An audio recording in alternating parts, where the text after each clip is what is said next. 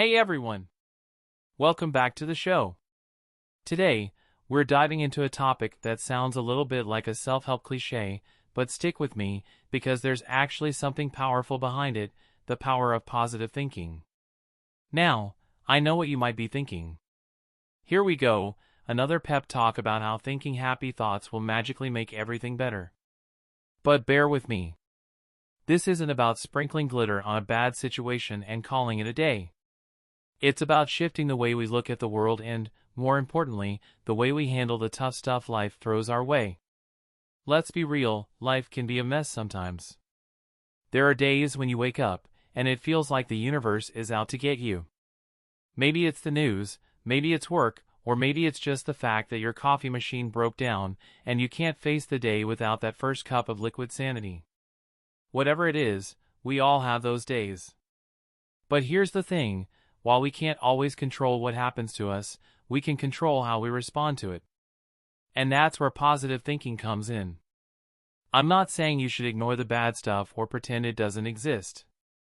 That's just denial, and eventually, reality will catch up with you. But what if, instead of focusing on how much something sucks, you look for the opportunity in the situation? I know it sounds cheesy, but hear me out. Let's say you're stuck in traffic, running late for work. It's frustrating, right?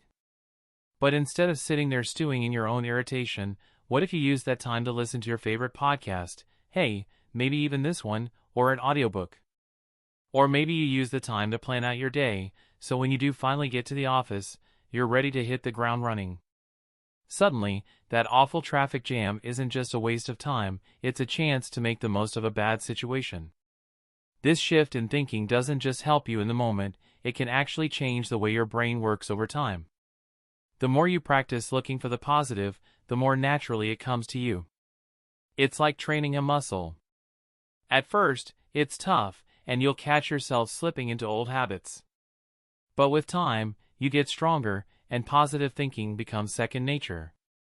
Now, let's get real for a second. This isn't some magic wand that will make all your problems disappear. If you're broke, thinking positive thoughts won't suddenly make your bank account grow.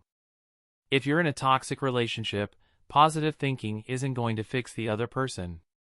Sometimes, what positive thinking really does is give you the courage to face reality and make the changes you need to improve your situation. And let's not sugarcoat it, positive thinking requires discipline. It's easy to fall back into negative patterns, especially when life gets tough. It's like going to the gym. The first few days, you're pumped. You've got your new workout gear, you're ready to crush it, and you're feeling good. But then, after a week or two, the novelty wears off, and you're left with the hard work of showing up, day after day, even when you don't feel like it. The same goes for positive thinking. At first, it's exciting.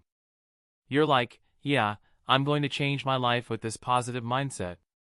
But then something happens, a fight with your partner, a bad day at work, and suddenly, all that positivity goes out the window. This is where the real work begins. It's about catching yourself in those moments and choosing, consciously, to focus on what's going right, instead of what's going wrong. And listen, I'm not here to say that you should be positive 100% of the time. That's just not realistic.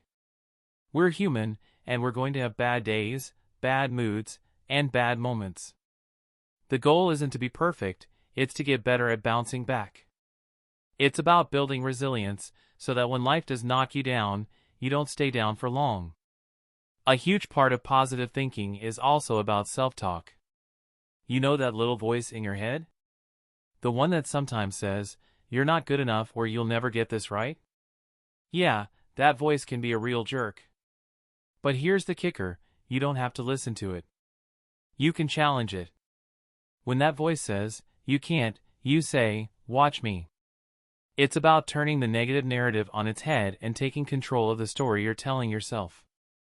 The truth is, the world isn't always going to be kind, and people aren't always going to treat you the way you deserve to be treated.